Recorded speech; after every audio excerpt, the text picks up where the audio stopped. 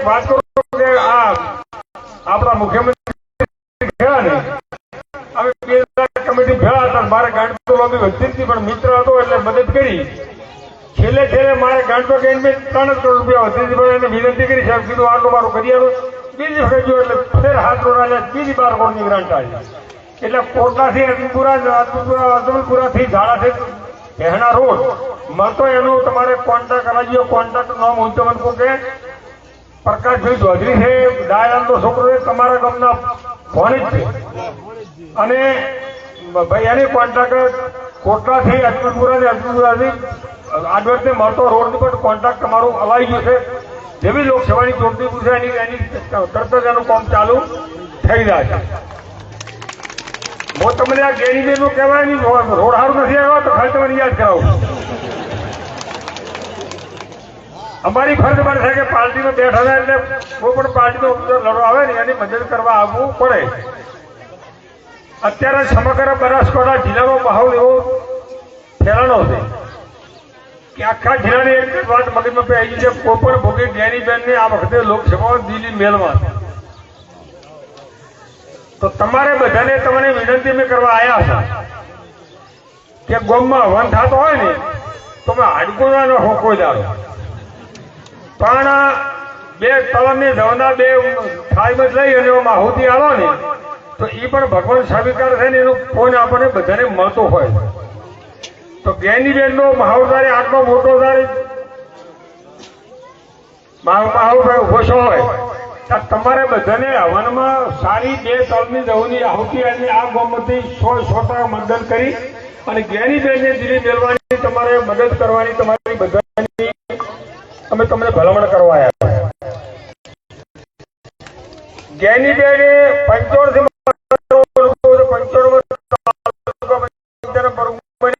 જિલ્લા પંચાયતનો સભ્ય હતો અને મારે સભ્ય હતા અને જ્યારથી પડી ગઈ 5 વર્ષ સેવા કરી, 5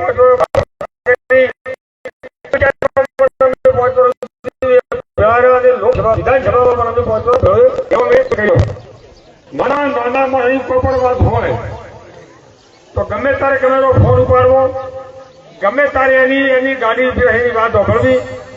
કોઈ પણ વ્યક્તિ નેતા તમારો એવો હોવો જોઈએ કે તમે અડધી રાતે ફોન કરો ને અડધી રાતે તમે ગાડી અને તમારો ફોન ઉપાડે.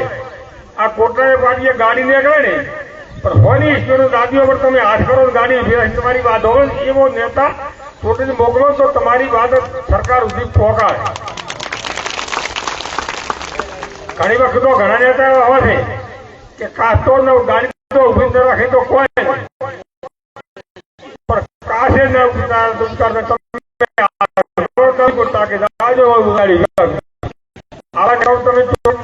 તમારું કોઈ એક નક્કી છે તમે કોમ તો થઈ કોમ તો કદાચ એક ના થાય પણ કોમ તમે ભણાવો ને તમારી સંતોષ જવાબ આવે. સંતોષ તમારા કોમ સુધી પૂરેપૂરી રજૂઆત કરે.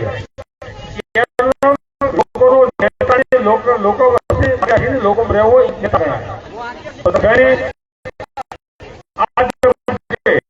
વિનંતી કરવા આવ્યા છે. દિલ ખોલી આવ્યા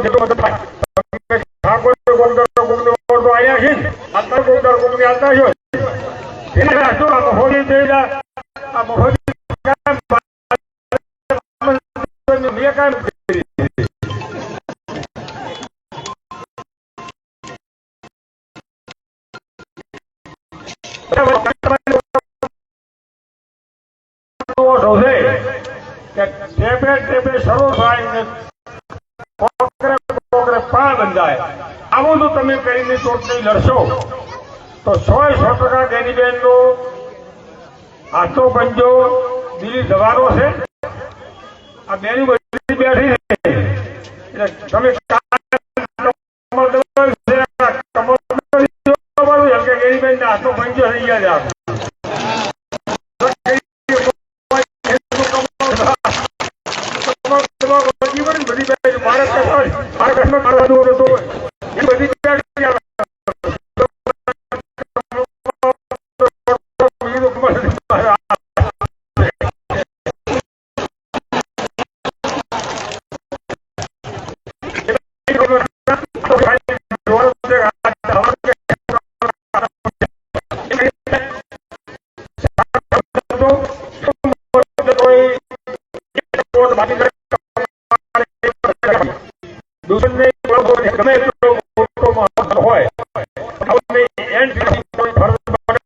એમાંથી 1% ફાળવે એટલે એક વોટની ગણતર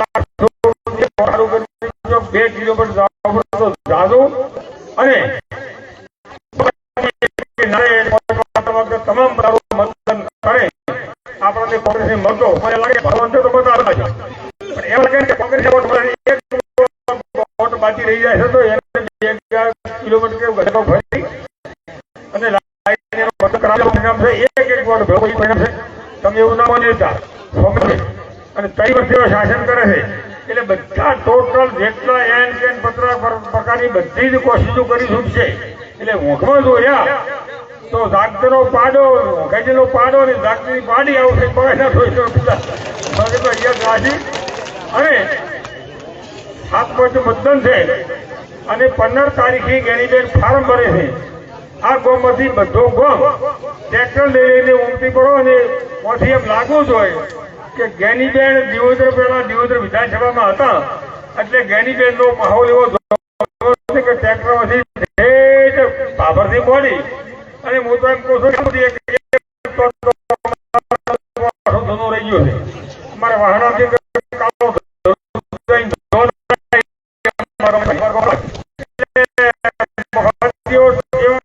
માહોલ ગાનો અને એનું જેલનું ગાડું તો કોટરા આ સુધી એમ કહેવાય છે કે ઝોનનું ગાડું કાળા ધંધુ આવી હતી કે પહેલું ગાડું વાતમ હતું બીજું ગાડું વાહના એમ પહેલું ટ્રેક્ટર હોય પાલનપુર ને બીજું ટ્રેક્ટર હોય ભાભર આવી તમે માહોલ કરીને ફોર્મ ભરવા આવો અને બધાનો કેટલો મતદાન કરો હોય હોટો આ ગેરીબેન ની હાથના નિશ્ચિત માટે આવી